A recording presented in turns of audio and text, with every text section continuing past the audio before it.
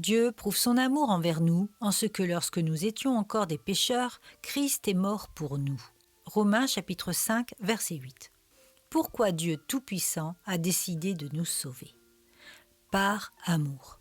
Qui aurait l'idée, la pensée même, de mourir pour son ennemi? Qui aurait l'idée, la pensée même de pardonner à son bourreau?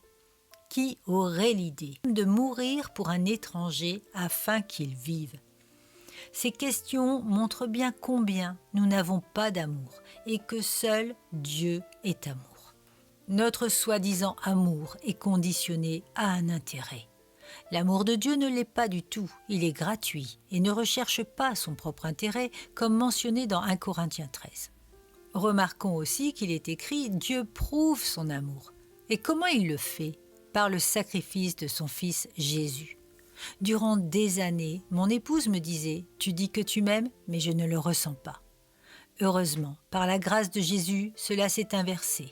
Mais il nous faut apprendre de cela, que l'amour de Dieu, je dis bien l'amour de Dieu, est un acte sacrificiel, pas une belle parole, pas un cadeau pour se faire pardonner. Dieu nous demande d'aimer en sacrifice, de donner sans intérêt, de pardonner plutôt que de se faire pardonner, de mourir à notre péché pour que l'autre vive en sainteté.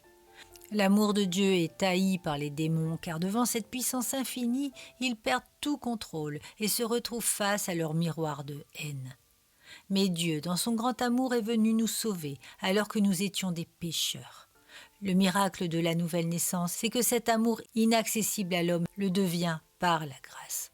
Nous avons l'immense privilège de goûter et d'exprimer cet amour dans notre chemin de sanctification avec le souffle de l'Esprit divin qui nous inonde de l'amour de Dieu en permanence. Cet amour produit une vie nouvelle avec des pardons, de la réconciliation, de la communion fraternelle et des partages que jamais nous n'aurions pu vivre sans l'amour sacrificiel de Dieu.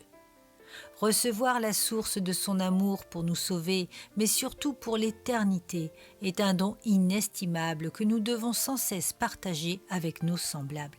Donner pour donner, c'est le message de nos cœurs, afin de rendre gloire à l'amour de Dieu, à notre Père céleste, qui n'a pas hésité à nous adopter dans sa grande famille, la famille de l'amour, où règne la paix éternelle.